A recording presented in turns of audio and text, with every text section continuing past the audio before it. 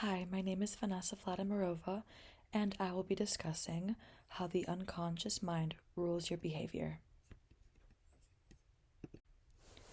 So, to start, I would like to discuss how behaviors we exhibit come from two different states that our mind is usually in. So, we have the conscious mind, which is made up of everything that we're currently aware of, and this is things such as thoughts, feelings, and memories.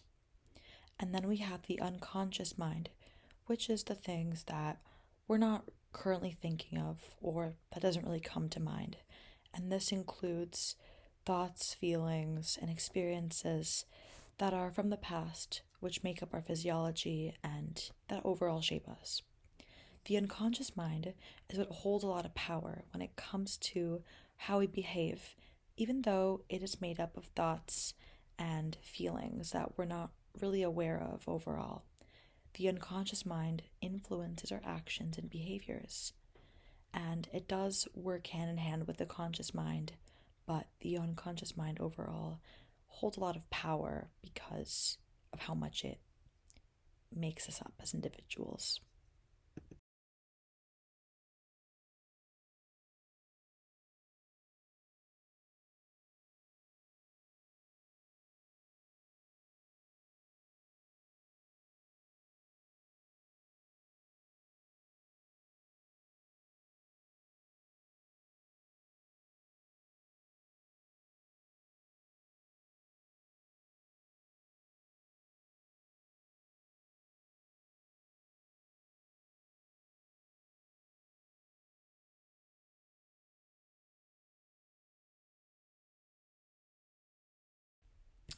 There's also speculations that came from the 18th century, and there were many different thoughts regarding the unconscious mind and the mind as a whole.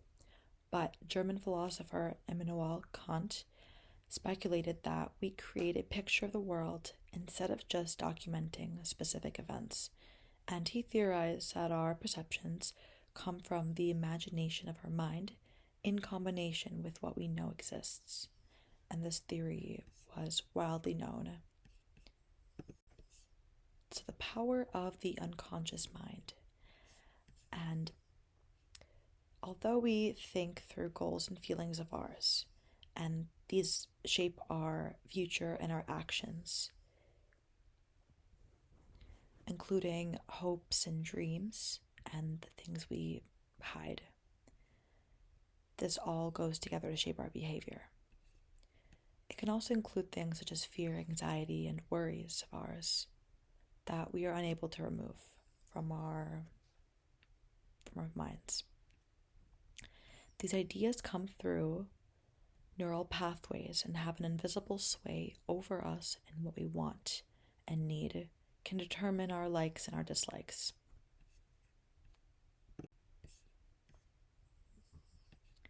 So the unconscious mind can really shape how we interact with the world because our minds are powerful tools, and it is the mind that shapes decisions and behaviors within our daily interactions. Our unconscious mind shapes us as a whole, and we show ourselves through our interactions.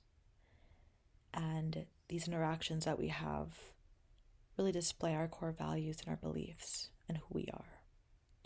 We can unconsciously react to stimuli, all based on our previous experiences and perceptions. But we do, in the end, react based on previous experiences and feelings that we have. There are many effects that the unconscious mind has on cognition. So our cognition is impacted because the information that is processed and how it influences our thoughts and decisions through any conscious awareness. This shapes our perceptions and cognitive decision making overall.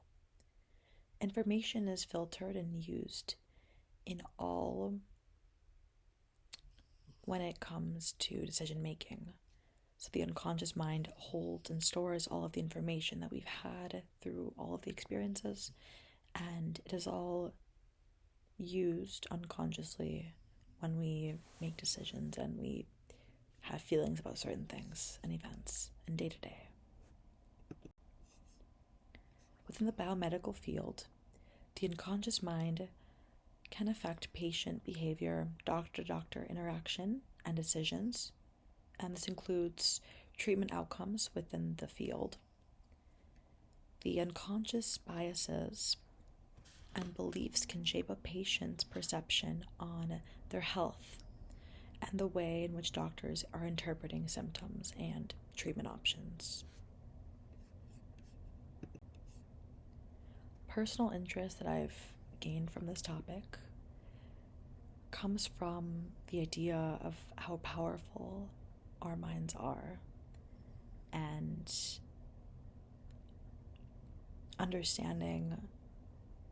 wanting to understand more about how we think the way that we do and how our decisions are being processed.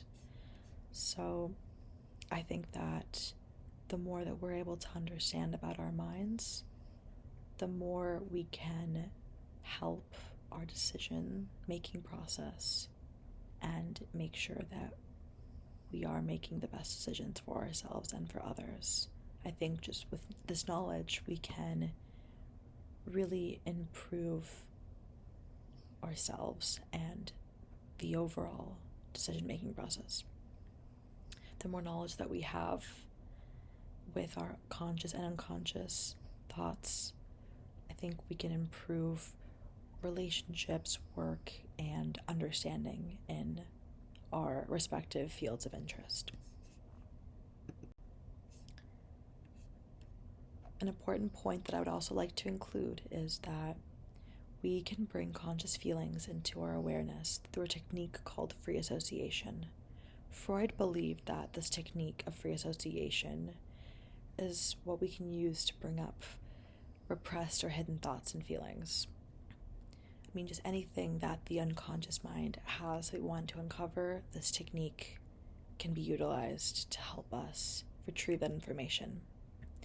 And the way it's performed is through relaxing and clearing your mind and just speaking the first word that comes to mind. And this all comes from the unconscious mind. So if we utilize this technique, we can understand ourselves and our unconscious thoughts a little bit better. I think others should understand the unconscious mind because through knowledge and insight, we can understand the effects that our mind holds on our own behavior and the behavior of others as well.